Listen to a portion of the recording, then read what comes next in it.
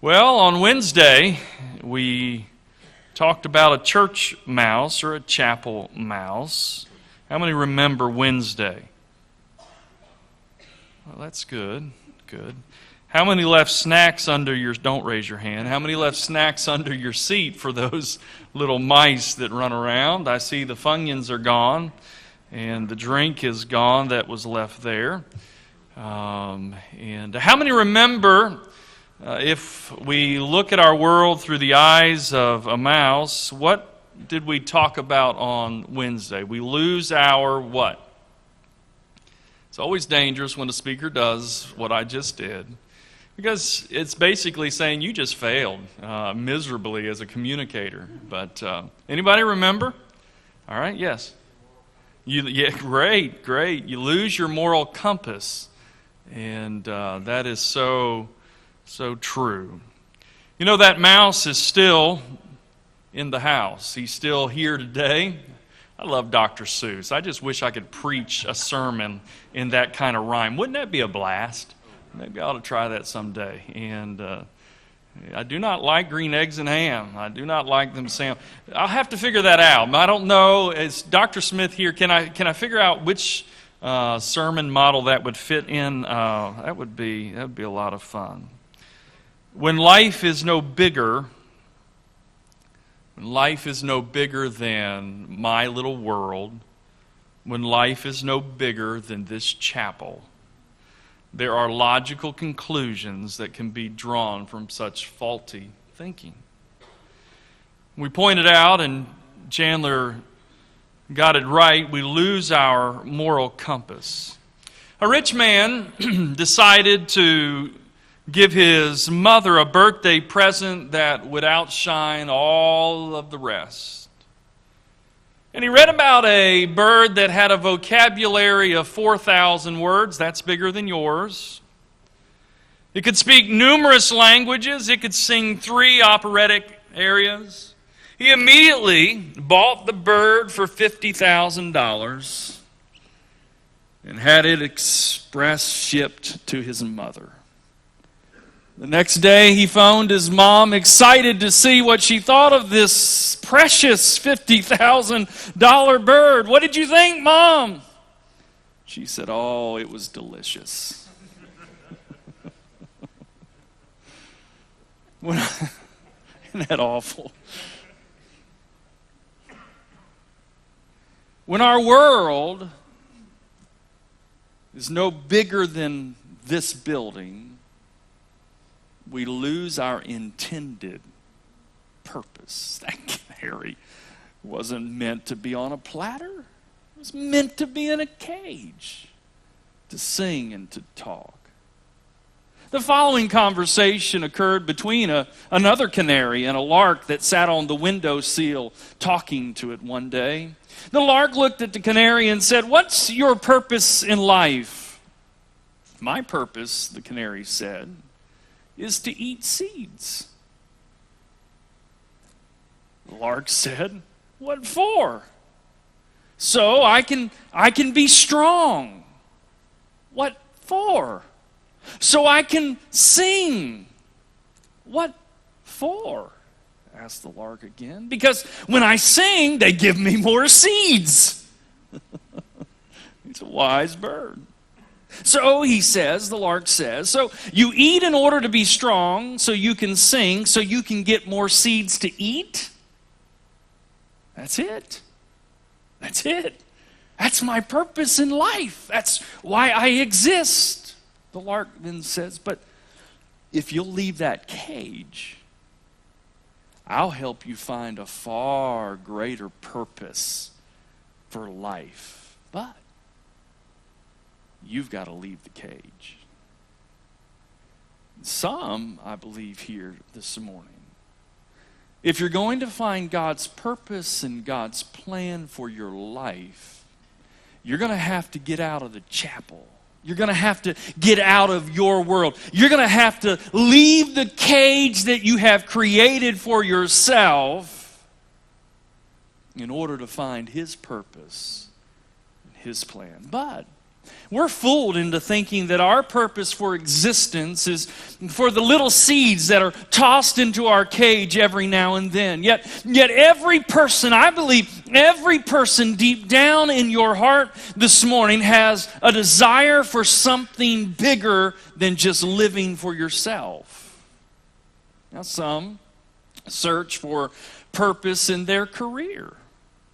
They say, my purpose in life is to be a doctor.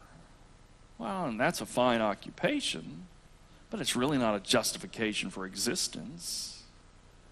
And what happens when we allow our occupation, what happens when we allow our identity to be tied to whatever we do, we become human doings rather than human beings. That's what Willard says. But we have found it, right? We found happiness. I'm the president of a Bible college. I'm the academic dean. I've gotten a PhD. I've achieved all of these measures of success, and so I'm happy, right? No, you're not. Ralph Barton, one of the top cartoonists in our nation, left a note pinned to his pillow before taking his own life. The note read, and I quote, "I've had few difficulties, many friends, great successes. I've gone from wife to wife, from house to house. I've visited all the great countries of the world, but I am fed up with inventing devices to just fill up 24 hours a day, every day." According to the world, he had it all. But according to himself, they were just devices to fill time. We shake our head, don't we? How could he be so dissatisfied when he had so much stuff? Well, let's take a step into your world this morning. Perhaps you find happiness or you find your purpose in what you have. You say, "Look at my car." Oh, I've heard you rev the engines. I've seen you drive. I've seen you wash them. You find meaning in your clothes. Some of you would never do what Jim Harbaugh does. You know, he's a coach of an NFL team. His wife says that she hates it when he goes on the road to play a football game because she knows that he's going to return with about 5 pairs of khaki pants that he bought at the local Walmart store. He loves Walmart khaki pants. He's a coach of an NFL team. I'm so tempted to try them. I just want to see. But some of us would never stoop to put that brand of pant on or that brand of shirt, right? Because we find our significance in our clothes. Look, I have a little logo right here. It means that I'm wearing a Brooks Brothers shirt, or I have a Vineyard Vine sweatshirt on. It doesn't matter that it's old and tattered, but I'm wearing it. Look at me. I'm finding my meaning and my significance in my stuff. And when you back out of that world for a moment, and when you look at it from God's perspective, when you look at it from an eternal perspective, you have to just scratch your head and say, like the lark to the canary, if you'll just leave the cage, there's a whole lot more to the world than just an accumulation of junk. You say, the car's not important, clothes, well, it could be your boyfriend or your girlfriend.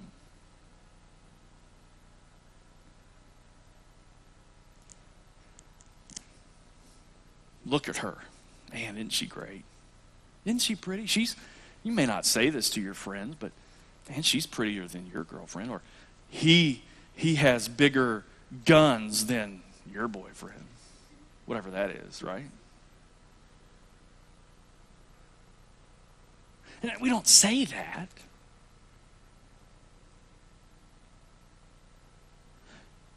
But how many times, I don't know, and maybe this is a rabbit trail, but how many times are, in my mind, the high quality boys, men, and ladies overlooked because there may be some kind of superficial flaw? Now, you have to be attractive, okay? It'd be an awful thing to say every morning, oh, what was I thinking? That would be bad.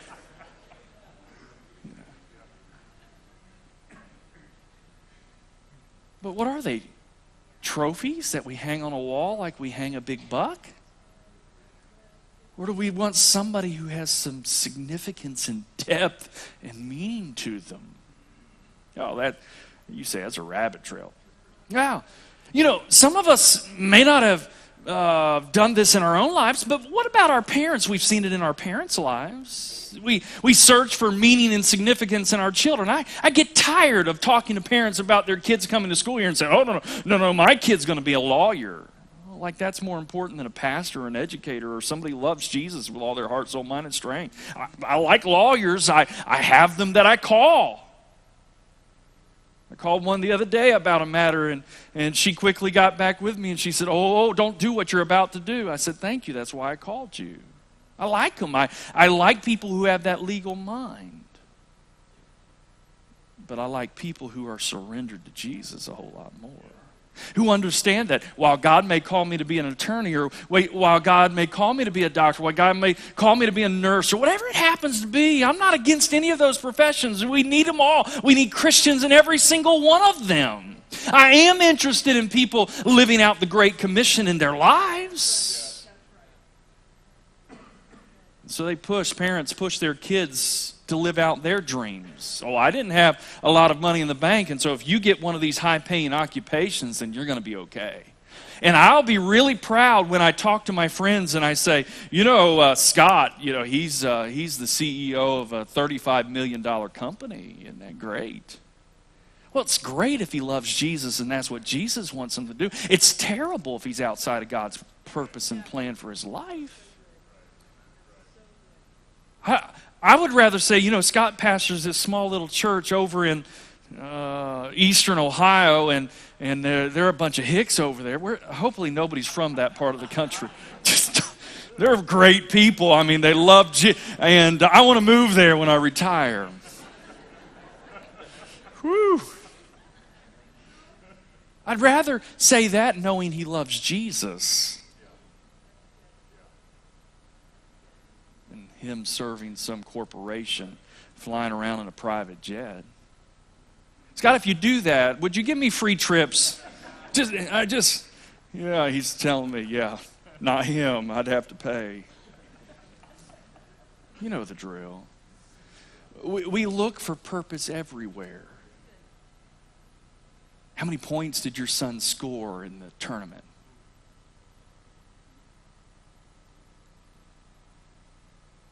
What did you think about that movie? And so we find all of these things. You know what they are? They are simply mirages in the desert of purpose.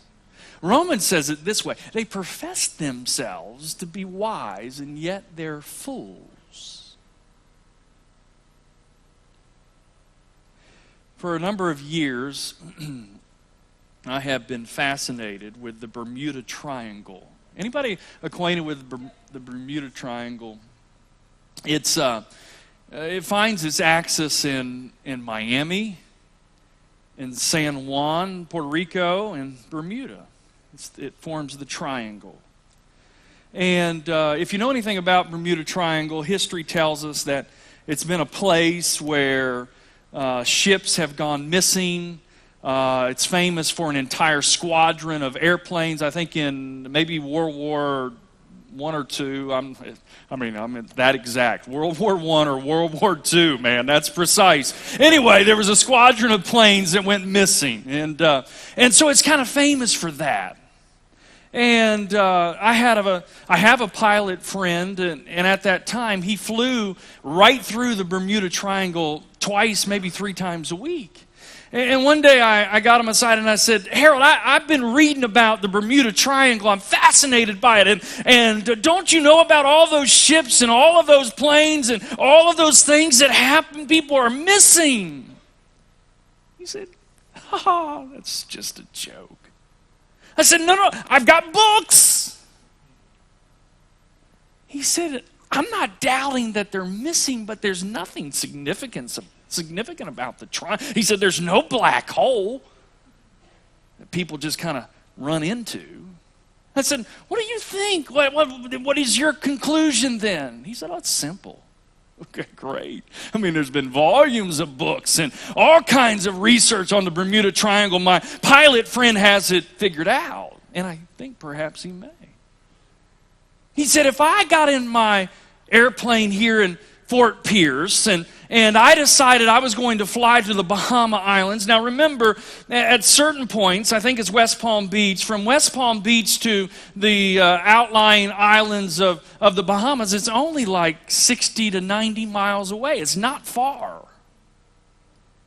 He said, but if I get in Fort Pierce, now Fort Pierce is a little north, and I fly to the Bahamas, and he says, my heading on my airplane is only off 10 degrees. He said, do you know, by the time I get to the Bahamas, I will not even be able to see land. I will miss it that far. Well, that's impressive. I hope I fly a lot. I hope their headings are close. Reminds me of the time that it just happened recently. A Southwest airline was supposed to land in Springfield, Missouri, and ended up landing in Branson, Missouri. I don't know how that happens, but it did. It just happened 2 or 3 years ago. Missed the entire airport. Welcome to Branson. He said, so what happens is their technology, when these planes and ships go missing, their technology is faulty and they get their heading off just a little bit, and all of a sudden your fuel gauge is low and you start having to find a place to land, right? When you're in an airplane and your fuel gauge is low, you just can't pull off to the side of the road. You've got a problem. You've got to land. And he said what happens is they start looking. And he said on a sunny day, if there's a cloud, the cloud is going to reflect on the ocean. I've seen this. I've been in the airplane and seen it. And it looks exactly like land. And he says, so the pilot says, oh, there's land over here. And so he flies over there only to find it's just a mirage. And so that's not land. And so he flies over here, another cloud. And so they spend the rest of their fuel tank chasing reflections of clouds on the ocean. There's nothing mysterious about the Bermuda Triangle. It's just simply people chasing mirages until they're out of fuel.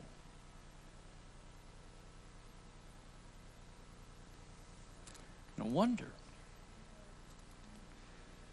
how many people in life never find God's intended purpose for them because they're chasing one mirage after another. I had a person in my office yesterday trying to find God's purpose and plan. I know that individual's family well. And he was saying, I just want God's plan in my life. But I have this opportunity over here. And I have this opportunity over here. And what about this opportunity? I said, oh, no, stop. Have you seen this happen in your family and this? It's because they're chasing happiness. Oh, I'll find it here. If I just have that occupation, if I just get that pay raise, if I just get this place of employment.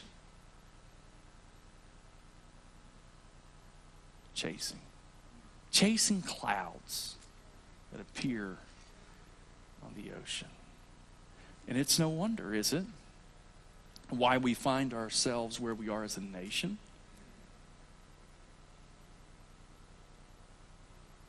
Politically, I don't care what party you're a part of. It's all about me and what makes me happy. if the earth is just a random piece of dust in the grand chasm of space, if we're nothing more than super developed apes, then no wonder when you ask them what their meaning and purpose in life is, they have no answer. Because they've adopted the chapel mouse view of the world. It's the world according to me. In 1985, explorer Robert Ballard discovered the Titanic on the bottom of the ocean floor. He said, my direct view of the Titanic lasted for less than 2 minutes. But he said, there in that darkness, I saw the hull hovering above the ocean floor, and it will remain a part of my memory forever. He said, my lifelong dream was to find this great ship, and I spent 13 years searching the ocean floor for her. He said, but now, what had dominated my life was gone. He spent 13 years searching for a ship on the bottom of the ocean. He dreamed about doing it before he ever began his first expedition. The goal to find it drove him on and on and on. His purpose? I've got to find the Titanic. If somebody wrote an account of your life, what would they say your all-consuming purpose is or was?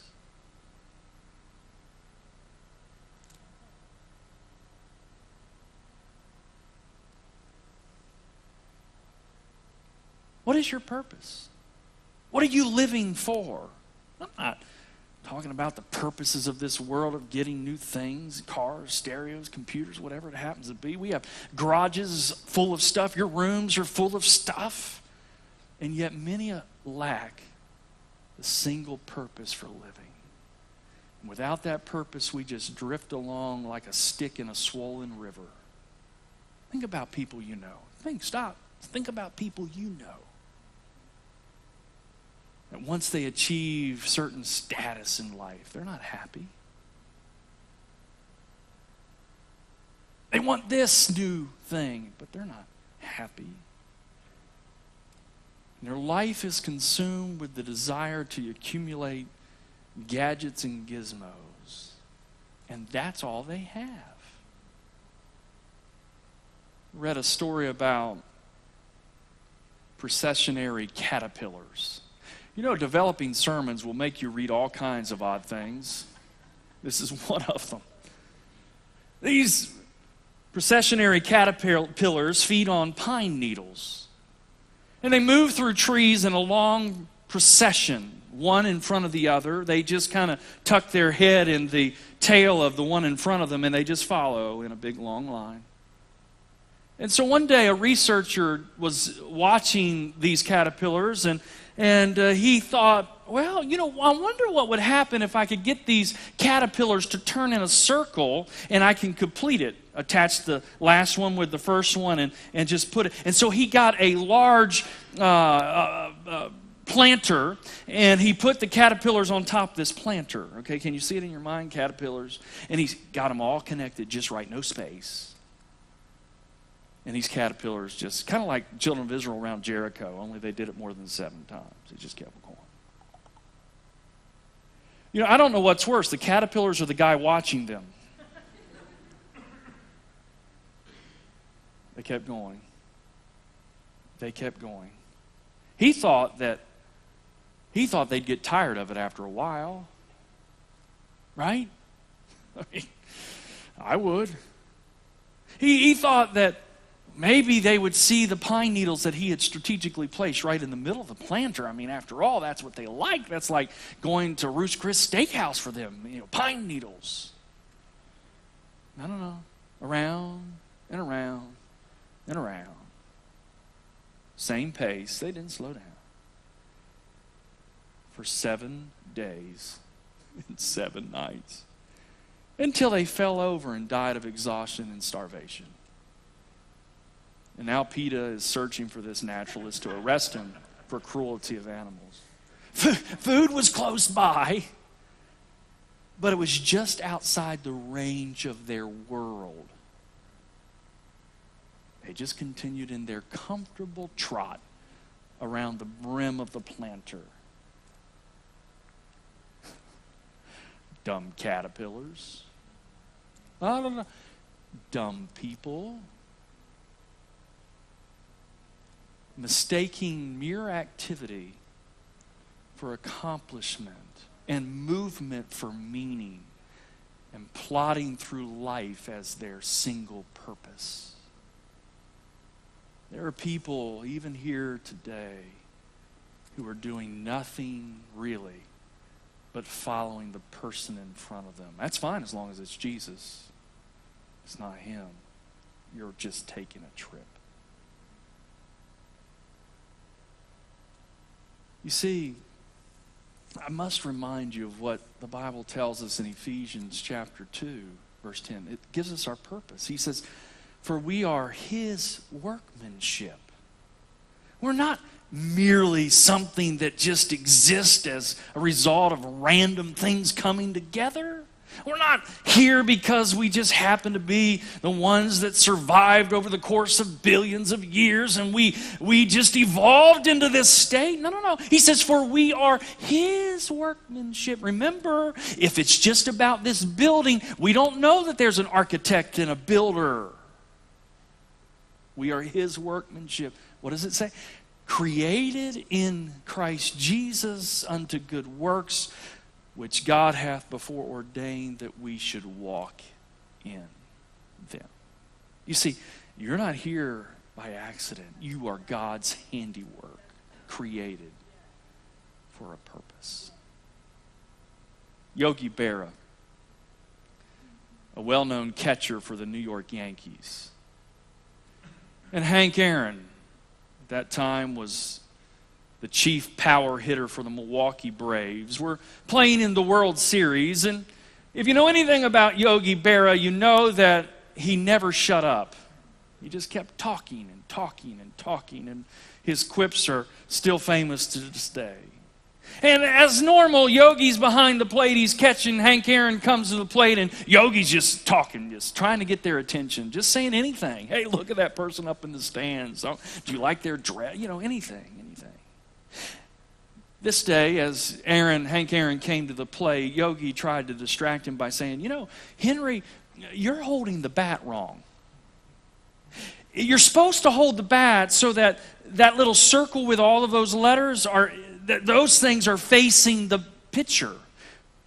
That's where the strength of the bat is. Come on, Hank, you need to do this.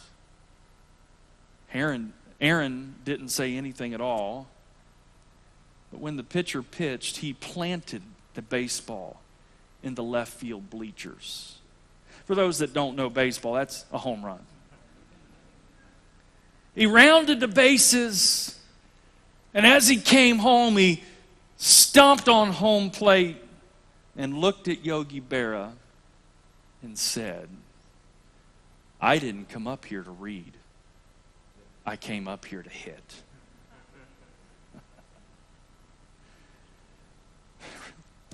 You didn't come here just to exist. We didn't show up in the timeline of this earth to go through motions. We didn't come here to just pass time. We came here to fulfill God's intended purpose for our lives, to show forth the praises of him who hath called us out of darkness into his marvelous light. You see, friends, it's in Christ. It's not in your career. It's not in your achievements. It's not in your friends. It's in Christ that we find purpose for living. It's in Christ we find meaning. It's in Christ we find happiness. But if you view this world as our little church mouse with his family, you miss it all. You miss it all. Jesus really put it right down where I live and where you live when he said, what shall it profit a man What shall it profit a lady if they gain the whole world and yet lose their soul? What was Jesus saying? He was saying you were created for more than just the accumulation of the trinkets of this world. Today, as we're standing together, it's not really profound, it's rather basic. What are you living for? What is your purpose and your meaning in life? I want the instrumentalist to play something this morning. Wasn't necessarily planning on giving you an opportunity, but I feel checked this morning that I should. As they're playing, I want you to think about your purpose. What are you living for?